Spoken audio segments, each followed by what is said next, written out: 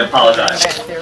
Thank you for coming out, of course, and I know you could be anywhere. I know you probably, many of you have worked today, and you could be going home and hanging out with your husband and wives, and well, maybe you don't want to do that, but you could be doing something else. So I really appreciate the time and the effort of people being here. Now, we're here to talk about The Power of Broke, the book that I wrote. Many of you have seen my interviews or heard my interviews, so you've seen a lot of the stuff or heard a lot of the stuff that I talk about in the book. The reason I wrote the book is because of after so many years on Shark Tank, I realized there were two types of entrepreneurs that we worked with. Those who felt that the sharks will take away all their problems. The sharks will, that we have the silver bullet, we have the golden egg, right? Well, if that's the case, then FUBU would be Nike, right? And that's not the case.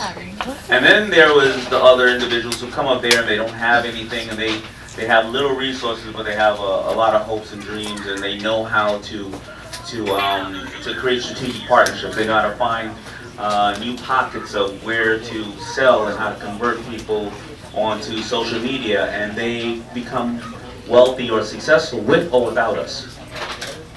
And that's when I decided to come up with the book, The Power of Broke, because I realized that it is not money that you need, and we all grew up with this whole theory of, I guess it was Wall Street, right? What was the movie? Wall Street or Dallas. You need money to make money and all that type of stuff. OPM. And that's not the case. Most of the people that I meet that are successful started off with nothing. And I put about 15 well-known, successful people, whether they're social media giants like Acacia Brindley or they're Kevin Plank, who owns Under Armour, doing about $4 billion a year when they said that you can never take on Nike and Adidas. And all these people started off with absolutely nothing. And that's encouraging to all of us, because we have two options if we don't have resources. I'm not glamorizing being broke, because of course everybody wants to have resources to get health care and feed their families, right?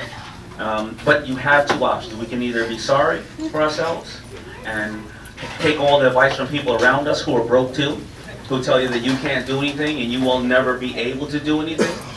Or we can either tap into that and say we're not going to tolerate it, and we know that in the event that we don't get to where we want to be from a financial standpoint in life, that we left it all on the field and we gave it our best shot. And that's very, very important for us to know that we gave it our best shot. I actually didn't start to enjoy success until I was 29 years old. And that was after a bunch of failed businesses. And that was after I stopped chasing and trying to be like the next person. That person had a great car, so I need to do what I do to get a great car. And when I stopped doing that and I started creating fashion, when I was creating fashion at that time, to be an African American male, a young African American male sewing, my friends, to be honest, thought I was gay. And there's no issue about somebody's sexual preference, but I just wasn't. And they all laughed at me. Now, most of those people are dead or in jail. And if we don't set our own goals, then we let people set goals for us, right? Because we become what we think about most of the time. So if you start thinking that you're not going to get an education, or you're not going to be able to get out of that abusive relationship, or the fact that you're not going to be able to get that job, or get that guy, get that girl, then you become exactly what you think about most of the time. And so that's why I wrote the book, The Power of Broke. And the power of broke can be utilized towards anything in your life. And to your relationships, anything else. Because if anything was built on money, then as soon as the money's gone, then everything crumbles. Right? Just like a relationship. The same thing. If you decide to buy somebody everything or pay your way into anything, once all of that is gone, everything is gone. And the number one reason why small businesses fail is actually overfunding. Many of you may have heard me say that several times, but that's the stats. It shows that when people have a bad idea, but they still go out and take a $50,000 loan, all they do is hire a bunch of other people to tell them how great their bad idea is. And that's the power of broke. So thank you, everybody. Thank you, everybody, for coming out, and I appreciate it. I'm going to sign every single book I can. I can personalize them in regards to your name, but I can't write long. Go ahead, Willie. A lot didn't. 4 out of the 6 sharks are dyslexic. Right? Einstein was dyslexic. 7 of the presidents were dyslexic. 42% of entrepreneurs, the small business owners, are dyslexic. 85% of professional chefs are dyslexic. Anybody else want to admit that they're dyslexic in here? All right, there you go.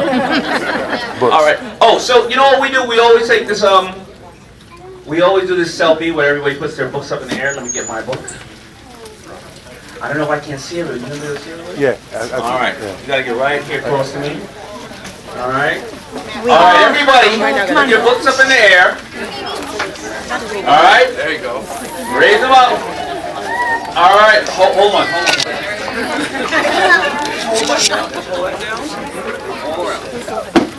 Got it? Yeah. All right. There you go. Put your books in the air.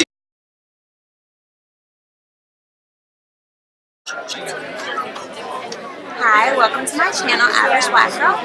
Today I am at the Daymond book signing in LaGrange, Illinois. So I'm number 107. So we'll see how it goes and how long it takes. But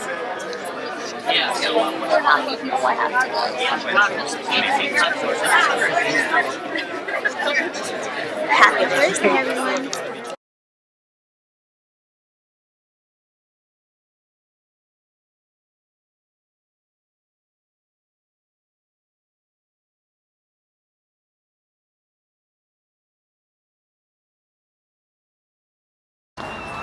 So LaGrange, this is LaGrange now that I'm done with Daymond, and she just wiped out behind us. Aww. But yeah, today was a pretty productive Thursday. I'm really happy with how everything went. Let me see myself. Yeah, so now I'm just walking to my car.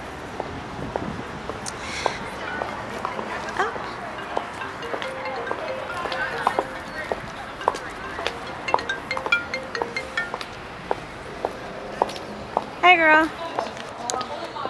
So yeah, I had such a productive Thursday. Since being in Chicago, I've been super productive. I'm going to actually go home, talk to the graphic designer that I'm working with, and see if we can get Melanin Business up and running and like complete, where there's no more work for me to do as far as building anything, just, you know, only maintaining. Working on that. My date is June 17th, but the hard deadline is July. By July, I want everything up and running. I want it to be like the go-to. And for all of my followers and people that want to buy black but don't want to do the research to buy black, this is what I'm creating for you. This is for us. This is gonna be a big deal. So I'm excited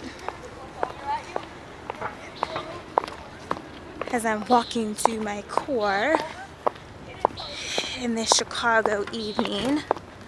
Had on white pants today. You know, I love wearing linen, but it's like that Easter rule where you can only wear it after Easter and not after Labor Day. But then there's winter white. Never really understood winter white, except that if it's white when you have a sweater, it's okay. And here we are. This is my Boo Fancy. It's what I ride.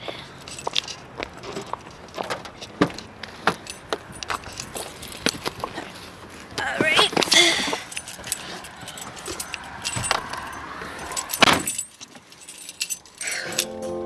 Alright, well, good night, everyone, and have a super productive and or happy and or turned weekend. Bye, guys.